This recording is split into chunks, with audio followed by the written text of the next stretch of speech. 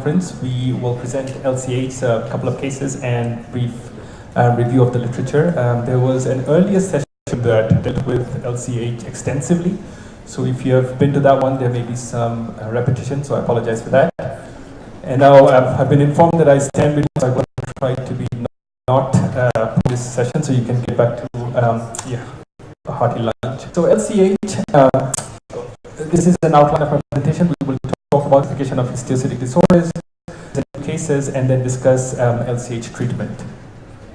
So brief classification of histiocytic disorders. Class 1 consists of dendritic cell disorders, mostly Langerhans cell histiocytosis, as well as juvenile xanthogranuloma. Class 2 consists of macrophage-related disorders, namely HLH and Rosai-Dorfman, and class 3 consists of the malignant histiocytic disorders, AML, M4, M5, histiocytic sarcoma, and chronic monocytic leukemia. So this first patient is quite a typical presentation for LCH. She presented at 10 months of age with fever and lymph node swelling. Went and saw her pediatrician, who felt that she might have an infection. So she was treated with a course of antibiotic. However, the fever persisted, the lymph nodes got larger, and so she was transferred to our hospital for further workup. So on review of systems, we have fever, we have lymph node swelling, the child appeared to be pale, she was tired, not playful, and also we noticed lymph node swelling, and that was so severe that the child could not move her neck easily. On physical exam, again, a febrile child looking pale with lots of lymph nodes on both sides of the neck. We obtained some baseline labs that showed anemia, microcytic anemia, consistent with some degree of iron deficiency, normal liver function tests. And then we proceeded to biopsy one of the lymph nodes because the anemia. We also decided to check the bone marrow for involvement with tumor. We obtained imaging that consisted of a skeletal survey that showed many scattered skeletal lesions involving the skull bones as well as ribs and thoracic and lumbar vertebrae. On MRI, she had soft tissue swelling involving many parts of the brain and also the destruction of the bones as seen on MRI. So this is MRI imaging from this patient. As you can see, frontal lobe lesions. And then on skeletal surveys, you can see there are some lytic lesions involving the skull as well as destructiveness of the ribs. So we then proceed to staging this patient using LCH3 protocol. Because then we had the lymph node biopsy results back from the pathologies that showed that this child has LCH. So for LCH3 patients, we decided that we would classify patients as having risk organ involvement as defined by involvement of the liver, spleen, lungs, or bone marrow involvement. So for our patient, we had involvement of the bone marrow with anemia, but also involvement with tumor cells. In addition, she also had CNS risk lesions involving multiple soft tissue abnormalities involving the orbital bone and temporal bones. So we classified her as a multi-system risk patient, involvement of the hematopoietic system in her case, but she did not have any involvement of liver, spleen, or lungs. We started treatment with an initial 6 weeks of prednisone that was tapered and also gave chemotherapy with vinblastine. We consulted neurosurgeons because she had involvement of the thoracic vertebrae, but they did not want to intervene and wanted to see how the patient would respond to treatment. Following the initial treatment course, the patient had very good response. She became afebrile. Her anemia resolved and she started to walk. In addition, when we did PET scans, we also noticed that she had resolution of previously noted avid lymph nodes. So the second case we are going to present is somewhat of an atypical presentation. This is a 9-year-old male. He walked into his pediatrician's office because he had worsening bedwetting, so polyuria and polydipsia that had been going on for several years. It had gotten worse, so the father was very concerned and wanted to consult the pediatrician. There were no other complaints, no other neurological problems, no ataxia, dysmetria, or behavior changes. Pediatrician was very sound pediatrician. He started a good workup and quickly diagnosed this child with central diabetes insipidus. He also obtained an MRI of the brain that showed a large brain lesion involving the basal ganglia, as well as the typical findings we see in LCH, involvement of the CNS, such as thickening of the pituitary stalk, as well as loss of posterior pituitary bright spot. child actually has LCH of the CNS or not. Additionally, then I reached out to some of our colleagues at Texas Children's Hospital who suggested checking for BRAF mutation, which turned out to be positive for this patient. So we looked in the literature. There are a few cases in pediatrics where children may present with a CNS mass that sometimes does not stain for CD1A. So we started treatment for him. This time we did not use steroid and vinblastine. Instead, we treated him with cytarabine at 150 milligram per meter squared for 5 days. We provided supportive care with Neulasta to help him overcome bone marrow suppression, prevented infections, as well as Bactrim, which is routine. So over the course of 1 year, his diabetes insipidus was well managed. He did not have any worsening. Also, on 2 years follow-up imaging, patient had stable findings. So one thing to point out here that the goal of treatment is not to aim for resolution of the masses. That's not going to happen. Unlike in any brain tumor or in oncology practice, we look for stabilization and shrinkage of mass. That is not going to happen. The goal here is to prevent patients from progressing to neurodegenerative LCH, which can be quite devastating. So LCH is quite a rare disorder, only 5 to 8 per million children with a slight male predominance. Typical age of presentation is 2 years, and there have been noted some increased association with thyroid and other autoimmune disorders in the family.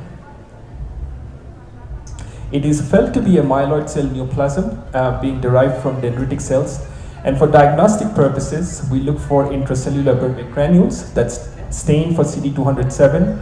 Extracellularly, we look for CD1A, but unfortunately, this was not found in our second case. And then found, also present but not specific, is 100 staining. So this is a picture of Langerhans cells in the bone marrow, and on the right-hand side, you can see CD1A positive Langerhans cells. So clinical manifestations for these patients can be quite variable. Sometimes they can present with painful swelling of bones, as in the case of our first patient who presented with lymph node swelling and had bone pain, so she was refusing to walk. Sometimes they can present with persistent otitis, and they will stay with their pediatrician getting multiple courses of antibiotics for a prolonged period of time. A lot of times they will present with scaly rash, and they will be diagnosed with dermatitis, atopic dermatitis, eczema. They will be treated with moisturizers and even antifungal cream for a long time until somebody does a biopsy, and then the diagnosis of LCH comes through. And of course, there can be enlargement of the liver and spleen, which are considered risk organs. Here are some sample pictures of patients with dermal LCH. As you can see, extensive skin involvement, such widespread skin involvement, if not responding to standard treatment, should warrant biopsy to establish diagnosis. Sometimes it is confused as a viral rash, and remember, patients can present with fever, so it can be quite confusing. Skeletal survey showing lytic lesions in the skull bones for this patient, as well as some fish mouth defects seen in the vertebral bones. So these patients oftentimes will go from walking to refusing to bear weight because it is so painful for them. Patients with pulmonary LCH is considered a risk organ involvement. Presentation can be quite variable. Patients can come with chronic non-specific cough and wheezing, not responding to antibiotics or inhaler treatment with no history of asthma. On chest X-ray, you can have interstitial infiltrates as well as nodules, but the test of choice is the CT scan of the chest looking for specific nodules and cystic lesions. CNS LCH can have variable presentation. Also, in case of our patient, he presented with diabetes insipidus. But some patients can present with lesions of the mastoid, orbital, or temporal bones. Sometimes there's chronic otitis. If untreated, 40% of these patients can progress to diabetes insipidus. And even with treatment with steroid and chemotherapy, there is progression among 20% of patients. So patients with CNS involvement can have variable presentations. There can be problems with speech, problems with balance, difficulty walking because there is involvement of the cerebellum. On MRI, you can see signal abnormalities in the white matter, secondary to neurodegeneration. So here's a picture of a patient with neurodegenerative LCH. As you can see, widespread abnormalities of the white matter. Treatment-wise, these are results from the LCH3 protocol that we use to treat our patients. This was the last multi-institutional trial that brought out its results in 2013. And in this protocol, they defined low-risk patients as involvement of bone, skin, lymph nodes treated with vinorelbine prednisone for 6 to 12 months. That was one of the study questions, whether treating with 6 months versus 12 months would make a difference. And then high-risk patients, that is those patients who had involvement of liver, spleen, lung, or bone marrow, were randomized into two groups. The first group consisted of vinorelbine, prednisone, and 6-mercaptopurine. The second group received methotrexate. And the question here is whether adding methotrexate would make any difference in the overall outcome. And we treated patients with single bone lesion with radiotherapy or injection of steroids into those bones. More than 400 patients were treated. This was a multi-institutional trial, and the results showed that there was no benefit to adding methotrexate. In fact, that led to excess toxicity. And we also observed that treating 12 months, so longer treatment, provided better outcome for patients as opposed to treating for 6 months. For patients with relapsed and refractory disease, sometimes we have gone back to using vinblastine and prednisone again. So there is no standard of care for patients who relapse. There are various agents that are available. For our institution, slowly moving away from treating with vinblastine, prednisone, and treating with cytarabine. That is part of a clinical trial that will start this year, randomizing patients between two arms, giving cytarabine versus vinblastine and prednisone to see if there is a difference. Our experience has been treating with cytarabine is generally well tolerated. They only get 100 to 150 milligram per meter squared once a month for 5 days. For us oncologists, that's a low dose, generally well tolerated without any significant side effects. Some patients are treated with cladribine, some patients have been treated with clofarabine if they have refractory disease, and then we reserve bone marrow transplant for the very refractory patients. So in summary, for single bone lesions, we recommend curettage followed by steroid injection, radiation for some lesions. For CNS risk lesions, in order to prevent 40% of patients developing central DI, we recommend treating 12 months with vinblastine and prednisone. And for multiple bone lesions, again, we recommend treating with 12 months of vinblastine and prednisone. One other point I want to make is that for refractory patients, there is increasing recommendation to check for BRAF mutation. If that is found to be positive, those patients can benefit from a new drug known as vemurafenib, but there has not been a clinical trial looking at that response yet. With that, I will take some questions.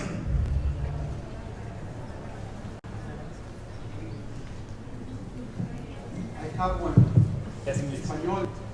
Because no big in English. That's fine. You can manage. La piel es factor pronóstico para histiocytosis. Skin is a prognostic factor for histiocytosis. That is a good question. So for skin alone involvement for infants, the recommendation is to watch sometimes because sometimes it goes away. Or you can give a very low dose oral methotrexate. So generally we feel that skin alone involvement is good prognosis. Oftentimes the body fights it off, it goes and so on. I believe that as the Japanese group, that infants with systemic disease and skin